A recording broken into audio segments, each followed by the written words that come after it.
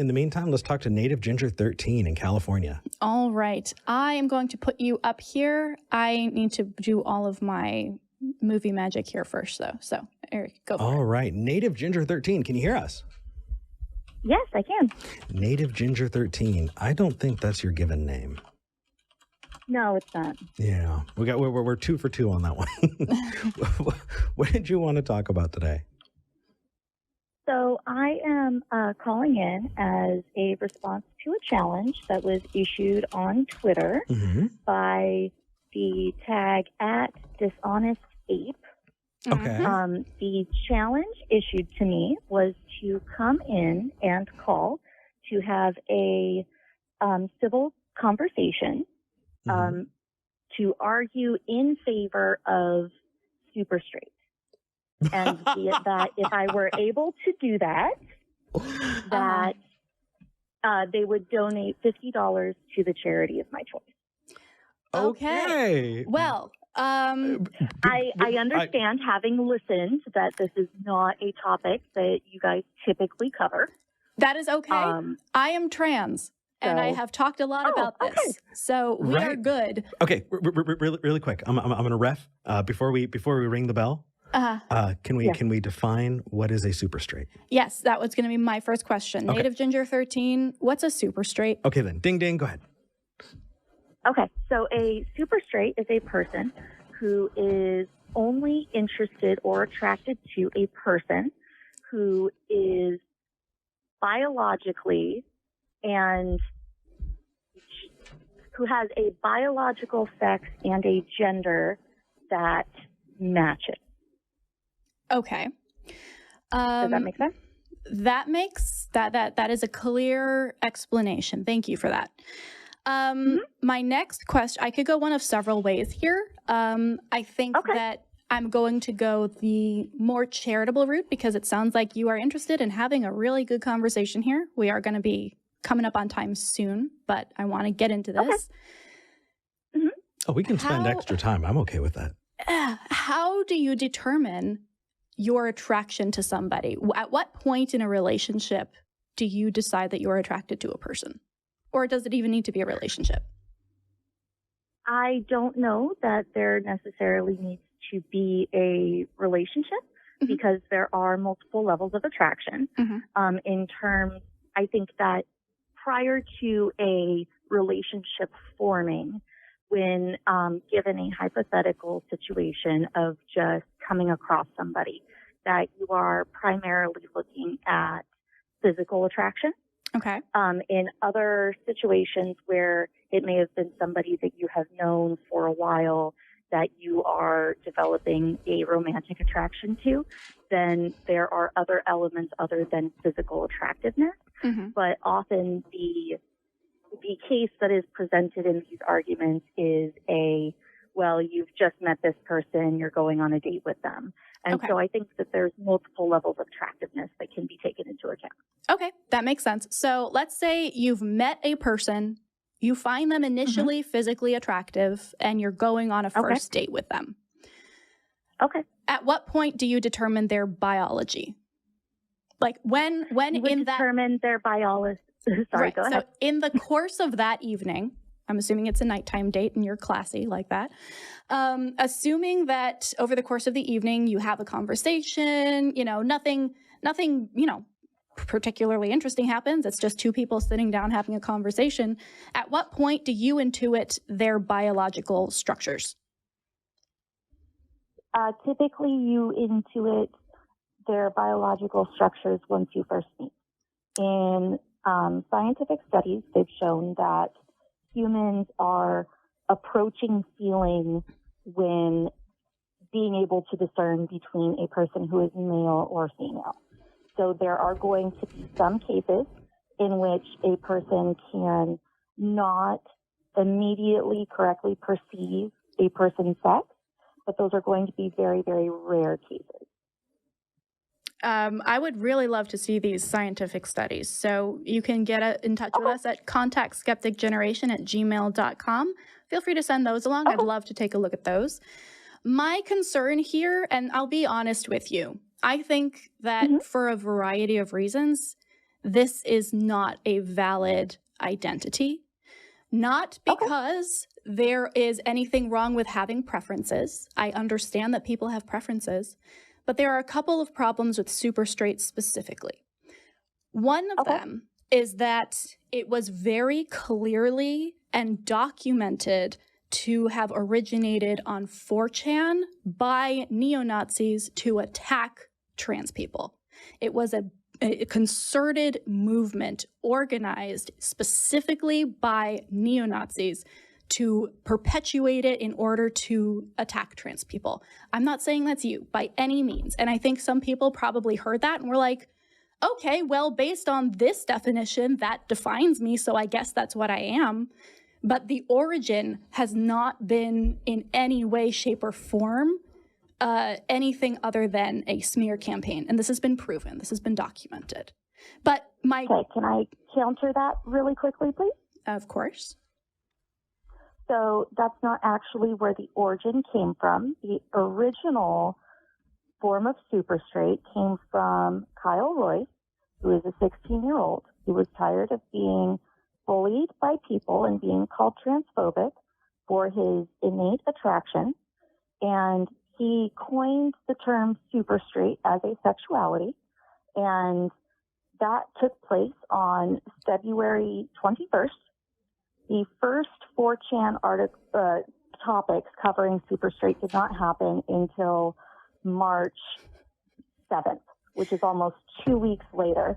And then, subsequently, that happened on a Friday. By Sunday, people within that 4chan talking points had discovered that, or at least according to them, the term straight itself was used by Jewish people in order to determine what was considered normal. And so they found that using the term super straight was in fact continuing to use that Jewish term.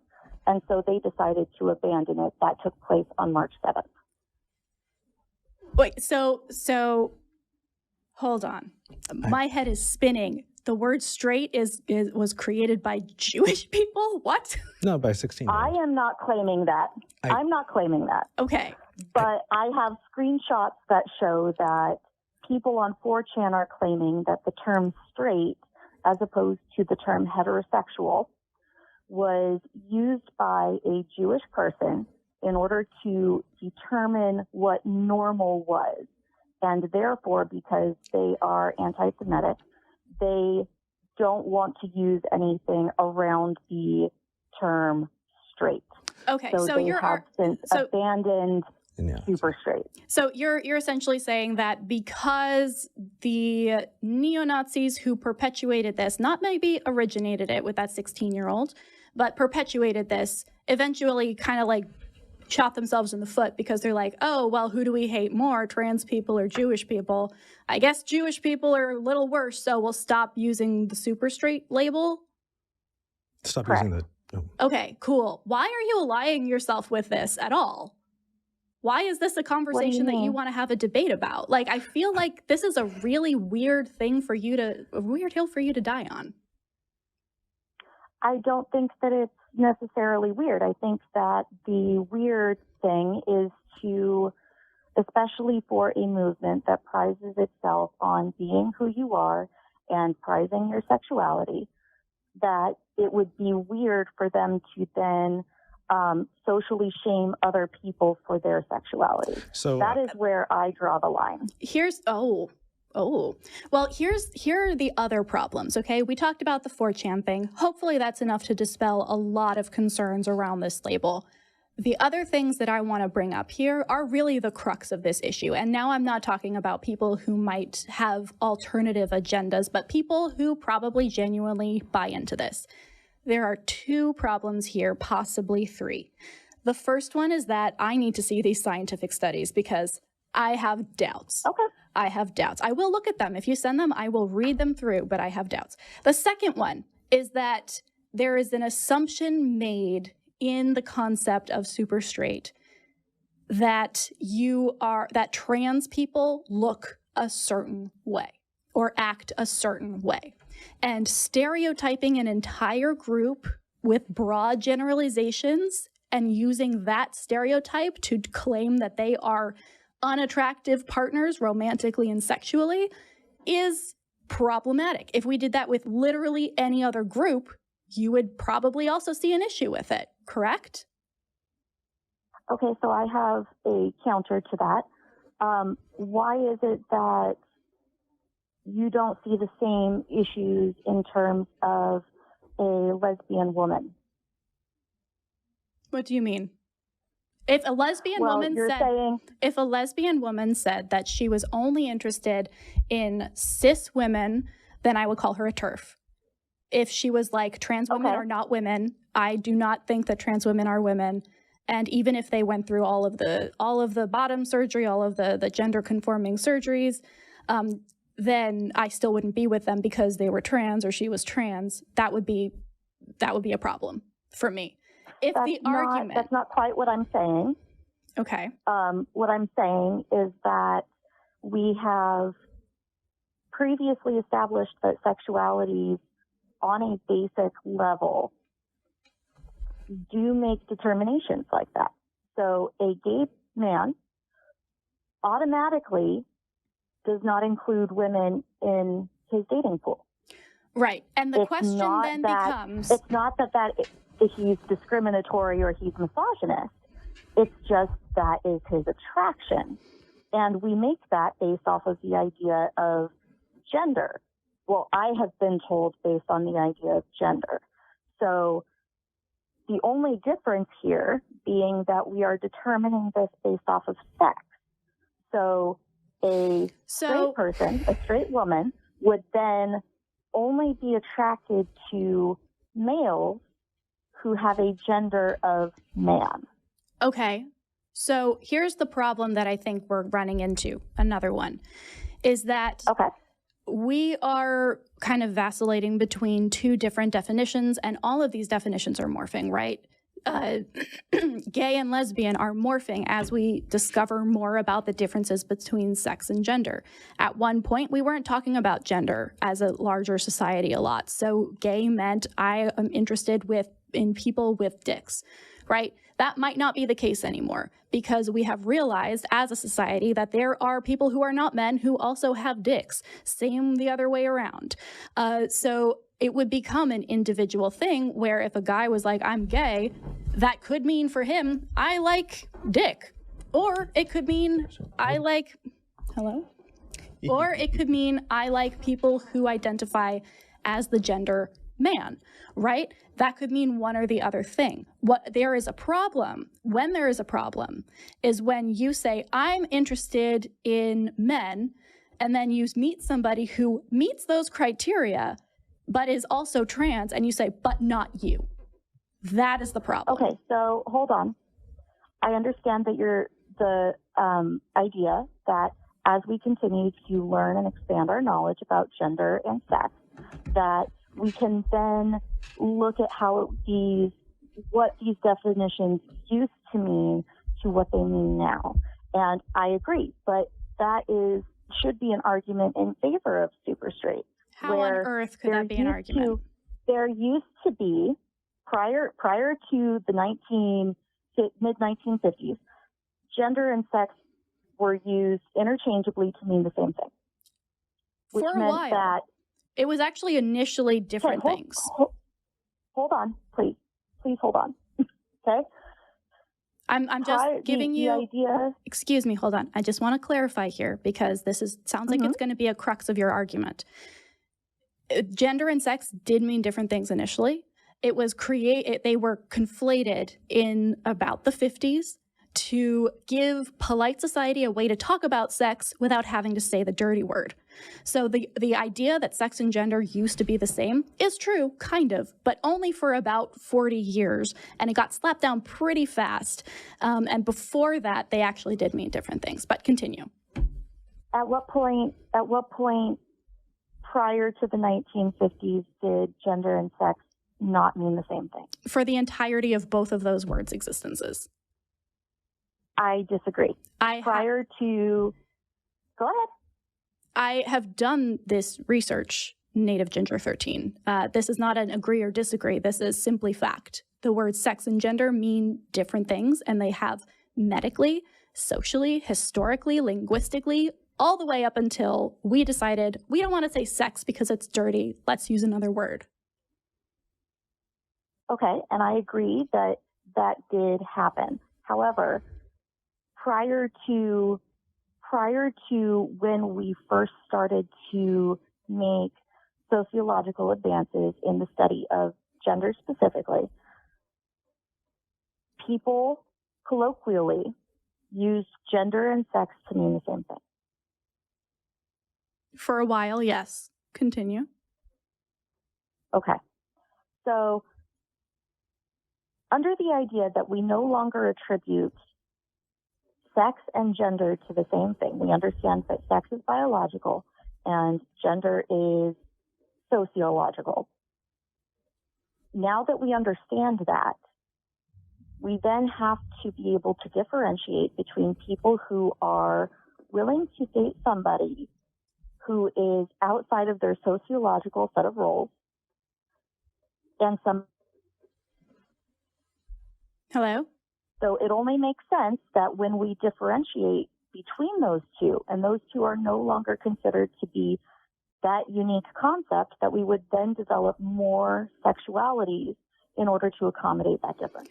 Okay, my concern here is that if you were to meet somebody who had whatever gender confirmation, medical, surgical, whatever, had everything ready to go, right? Like it was like, for all intents and purposes, nobody would be able to tell, but they were trans, would you date them? I disagree on the concept that nobody would be able to tell. I can guarantee you, as somebody who hangs out with a lot of trans people, there are many, many, many trans people that you would not be able to tell. So let's take that off the table because that is objectively not accurate, and ask you, hypothetically, if you couldn't tell and they were trans, would you date them? No. Why?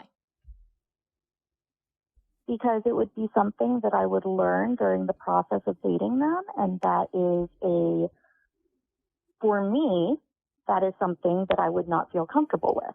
Why? Because I don't feel comfortable with two major things. I don't feel comfortable with the mix of sexual characteristics, so I prefer only male sexual characteristics. But I also do not feel comfortable with major body modification.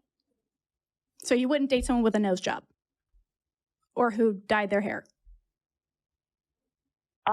I said major body modification. Circumcised. Circumcised. That's a good one. You wouldn't date a cut guy? I don't think that that's a major body modification. I think a lot of people would disagree with that one. So okay, you are saying here. Let me clarify then. What you are saying. What you are saying, and we have to wrap this up because we're 6 minutes over time. But what I'm hearing from you, and maybe this is you needing to maybe do a little thinking and presenting this in a different way, is even if you personally, aesthetically, romantically, physically couldn't tell that somebody was trans, you still wouldn't date them on the fact that it made you uncomfortable, and that is the problem with super straight ideology. That is the issue right there. Okay, so here's an issue. Why is it that I must ignore the things that make me uncomfortable? Okay, may I? Yes, go for it. Sure. Hello. Can I respond to that? Yes, please. Okay, cool. Tell me about this bullying. Where are you being made to ignore your sexual attraction? Who's doing that to you? Because I think we need to call them out. Who's doing it? Currently, there are a number of trans people when I have these arguments that insist that I am transphobic, insist that I am... No. Those are responses to you saying, who's making you ignore? Like, is somebody saying, hey, when you're going on a date, you cannot look at people's physical characteristics. I'm talking about first physically in this real world. Who's bullying you into that? Who's bullying you into this ideology you don't agree with? Does it necessarily have to happen to me in order for it to be a valid point? No, go ahead. Tell me about the teenager, the 16-year-old, because honestly, it doesn't matter where it started, right? We can look at the Nazi scientists that developed the rocket technology that got us to the moon, and we can't say that we didn't go to the moon because Nazis were involved. So, cool. Where's the bullying that you're using to prop up this? Like, where is it? So, first, if we want to look at the original source, what would happen is this kid would be asked, well, would you date a trans woman? And they said no. Okay. And so they called him transphobic. Okay. Do you... I think that is... Go ahead. Got it. Right. So I've spent a lot of time being bullied, and I've got to tell you, if somebody's asking my opinion on a thing and then being upset at my response, then that's just what happens when you disagree with somebody, right? Mm-hmm. Being bullied can be very different. Being bullied people don't necessarily ask you, well, what's your view on X, right? Societally, if you're a bigot and people treat you like a bigot, you're not being bullied. You're just getting the what happens societally when you engage in something that group around you isn't willing to engage with or isn't willing to accept. That is just a social consequence. Bullying is getting the crap beaten out of me by a skateboard, with the trucks of a skateboard for being brown. They didn't ask me if I thought I was brown, right? I think you're conflating the idea of this kid getting asked a thing, saying his response, and then being judged based on that response. I've seen Republicans and Democrats screaming at each other because of what they disagree on. They're not bullying each other. I think you are conflating what bullying is. When you're talking about, a social expectation that you have to adhere to, I think what that's doing is, please tell me if I'm wrong, but I think it's a victim complex. I think it's this idea of persecution, and I see it often, especially in the trans debate, in these discussions, and the fact that it's being brought up as a debate is wild to me. But as trans people have been pushing for more acceptance in society, and I'm just contextualizing here, right? You see things like these bathroom bells coming up. And it's getting brought up in these weird ways, and people are saying, well, I'm getting pushed out, right? Jordan Peterson said that the PC police were going to force him to use pronouns he didn't disagree with, and he was being so persecuted. And I just think that's horseshit. Can you give me an example of bullying, or just define bullying in a way that's different from partisan ideology that can help us here? Because if it's just a political, disagreement on something, I don't think that's bullying. Okay, so I said a lot. Go ahead. Here is where I find this to be a problematic issue. We have agreed that people have preferences. Mm-hmm. We have agreed that those preferences are okay. People are allowed to have preferences. People are allowed to have preferences. That doesn't mean that they're justified preferences. There is a really big problem where, for a very long time, U.S. propaganda painted Asian men as not masculine, not attractive, not worthy sexual or romantic partners in order to attack that group. And there is a common assumption now outside of that propaganda that exists because it's stuck. And yeah, sure, if you don't want to date an Asian dude, I'm not going to sit and make you do that. Of course not. What I'm saying is that examine that feeling and see if there is a reason for it that is beyond you having absorbed a societal assumption that may have been started maliciously. I'm not, Native Ginger, I am not telling you need to date trans people. I don't think trans people would want to date you, frankly. But the problem is that you are saying, well, it's just a preference, without doing that next level of introspection as to why is that a preference? Why is that a preference? And is that a valid preference? Is that a preference that you are taking into other areas of your life, like voting, like being in a bathroom with somebody, like having friends? And excluding trans people from those other areas or pushing via votes, via just what you say online, pushing things that actively are harming a community. You don't have to date a trans person. No one. Let me say this really. I'm going to do a little co-host zoom up here. Yes. No one is telling you need to date a trans person. No one is saying that. Nobody. Okay. Moving back. Is somebody telling you have to date a trans person? Hold on. I want to go back to something that you brought up. They, them. Yes. Which is that I do have trans friends. I don't hate trans people. This is literally for me. Mm-hmm. This is a matter of my innate attraction. I don't think previously asked. You previously asked what it is that I did not find attractive in trans people, and I mentioned major body modifications. Now, I wanted to be able to describe that, but I was talked over. So, well, we are also. For instance, if a person just has a nose job, then I don't mind. Why? If a person why is it different? Only has. What about what somebody? Do you mean, why is it different? What about somebody, a cis woman? Are you going to let me please explain what I mean by major body modification? Then how can we have a civil discussion? Because it's 15 minutes over time, and I'm trying to wrap this up. Here is my concern. It's you seem to think that you have an innate sense, and you're not looking at that innate sense in a critical way. You are not looking at why you think a nose job or a boob reduction in a cis woman or circumcision are not major modifications, but top surgery is, or bottom surgery is, or hormones are. You know how many cis women are on hormones? A lot of them, probably most of them. Okay. So the reason that you seem to be grasping at this idea without doing any amount of introspection, and frankly, don't date trans people, spare them, please. Just go date somebody else. That's fine. We will not mourn the fact that we don't get to date you. All right. I'm dropping the call.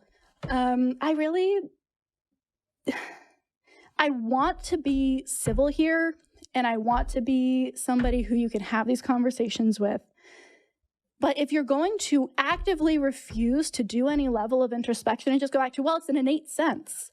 So A, it's not. But B, even if it was innate, that doesn't mean that it's right or that you should just go with it. I don't think she was saying that it was an innate sense. Yeah, she said that we can innately sense whether or not someone is actually male or female. Right. And then you pushed them on it, and they said, well, once I found out, then I wouldn't be attracted. I thought that was the concession there, was that, okay, maybe it's not innate. So it's innate unless, you just found out and it wasn't innate. And even if you did find out and it wasn't the innate feeling, then you still wouldn't, because it makes you uncomfortable, because certain kinds of surgeries are considered major and others aren't. I mean, honestly, I could care less about people's sexual preferences. Same. But when you are actively adopting a label perpetuated by neo-Nazis to hurt trans people, why would you call in and defend that? So I got to push back that I understand the neo-Nazi part is horrible, but I wouldn't point to that to invalidate it. I'd instead point at the bullshit it's being used for instead of its origin. So I agree. I just wouldn't use the neo-Nazi origins part. I would say it sounds like what is the purpose? You know what I mean? Because it's a terrible purpose. And I think that in and of itself is enough to go, hey, you know what? Let's slap this down. Here's the deal. If NativeGinger13 had called in and said, I don't want to date a trans person, am I a bad person? I would say, no, don't date a trans person. Go find the preference that you like. Bye. And that would have been the end of the conversation. If NativeGinger13 calls in and says, I am a super straight, and I am using my innate sense of who is biologically male and female to determine whether or not someone is worth me dating them, or if I would be uncomfortable, then I would say, hey, A, you are using a label that has been perpetuated by neo-Nazis and used specifically for the purpose of harming trans people with the ultimate goal, get this, of attacking all LGBTQ plus people. Trans people are not an island. When these people come after trans people, the goal, the stated actual goal, is to ultimately use that normalization to then go and attack gay people and lesbian people and bisexual. You're right. This is, and then ultimately cis women, okay? This is their in. And if you go around mindlessly saying, well, I'm a super straight, do your fucking research. Jesus. Okay. I'm all about that. Okay. I didn't mean to demean that in any way. You're absolutely right, and what it's being used for is terrible. You're right. Okay. I'm done now. This is the second week in a row where the last call just like, ugh. But I'm very excited by this. Yeah. This is nice. V's getting mad. I Angry promise V. I'm not always mad. It's just when you come at me with obvious bullshit and dishonesty, then I'm not okay with it. And while we're still on this clip, before we move on to super chats, I do gotta say that, you know, oh well, they're just angry, and somehow being angry invalidates you. I would challenge somebody to, instead of taking a lazy shortcut and say, oh well, V was angry, instead argue about whether or not they're justifiably angry, because I think there's good damn reason to be angry sometimes. And when people are, like you said, holding up these taglines that are being used to smuggle in bigotry and just horrible behavior. I don't fucking care whether or not you honestly are attracted to trans people or not. That is a you thing. And that is fine. And I only want to date people that are attracted to me. So we probably wouldn't be a good match. Yeah. But if you were to tell me, hey, V, this term that you are using is actually a really terrible term used specifically to appropriate and attack a culture, I would say, oh, geez, I'm going to change that term. I'm going to find another term that describes me because I don't want to be party to that. I wouldn't call into a show and argue on behalf of it because, oh, it's not bad though, because they dropped it when they realized that Jewish people made up the word straight. What the fuck? Yeah, I don't understand that at all. Okay, let's read some super chats.